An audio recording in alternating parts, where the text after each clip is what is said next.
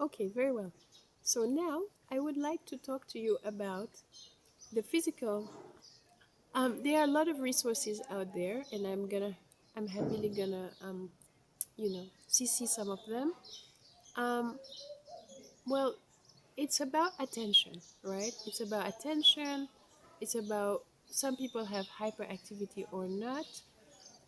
And it's about the ability to focus. It's about the ability to recall as well. So a lot of people who are affected by ADHD will have memory issues as well. Um, and and that's how it manifests in the brain. And the brain, it's not that the brain is defective. It's just it processes information differently from the neurotypical brains. And so you will end up, yeah, having people who just have um, a lot of difficulty paying attention. And the way actually it is, it's like the brain circuitry is alive, but it's as if you have an electric circuit that's on, but it will go off pretty quickly. It will go off, within 5 minutes or within 10 minutes. And then it needs to be stimulated again to come back on. And so that's the difficulty of living with ADHD. So you need a constant supply of switching on your circuitry to pay attention. And and well, yeah, there is medication. So there's a lot of, again, literature and research on that. There are now non-addictive medication for people living with ADHD to, again, support the brain chemistry, support the brain circuitry, so that it is alive and you get that sharpness.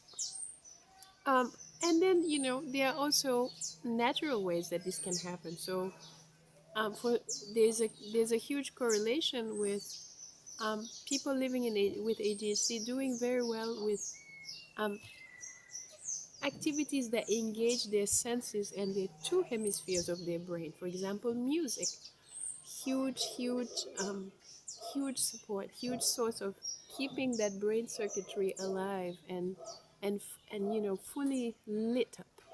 And that's what facilitates the attention, the memory, the recall, and the focus. So you will find a lot of adults living with ADHD who happen to be artists, who happen to be musicians, practice music, or practice, things that help your brain be fully lit, that circuitry and that focus, that attention. And so you'll find artists, you'll find, people who do fashion, who work in fashion, make clothes, a lot of people who work with their hands.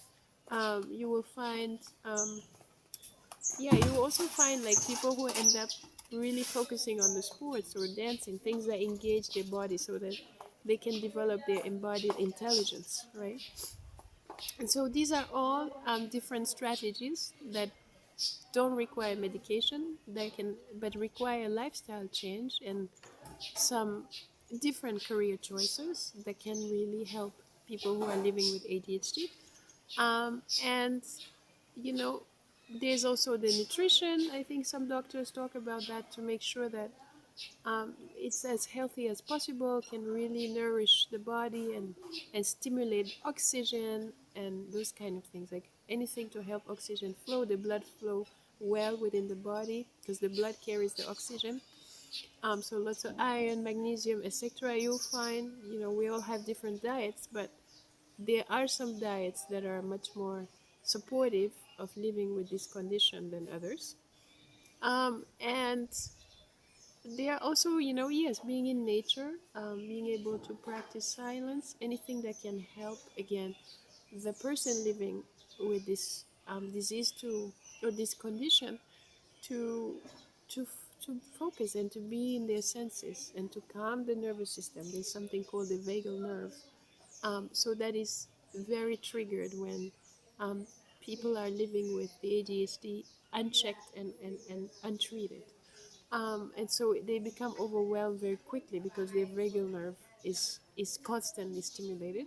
And so, being in nature, meditation, water, these are all natural lifestyle choices and activities that can help and foster the calmness for the ADHD person. Really need a lot of calm at a nervous level system, at a brain level, um, even physical level, going slowly.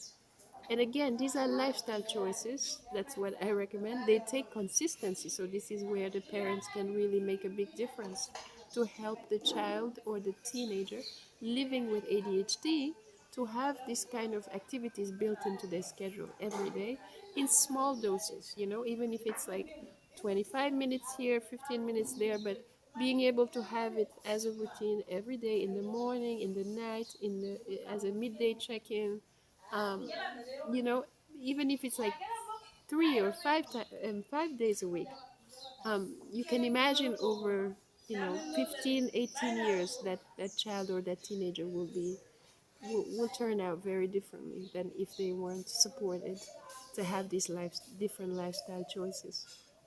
So that is what we can say on the physical and the mental plane.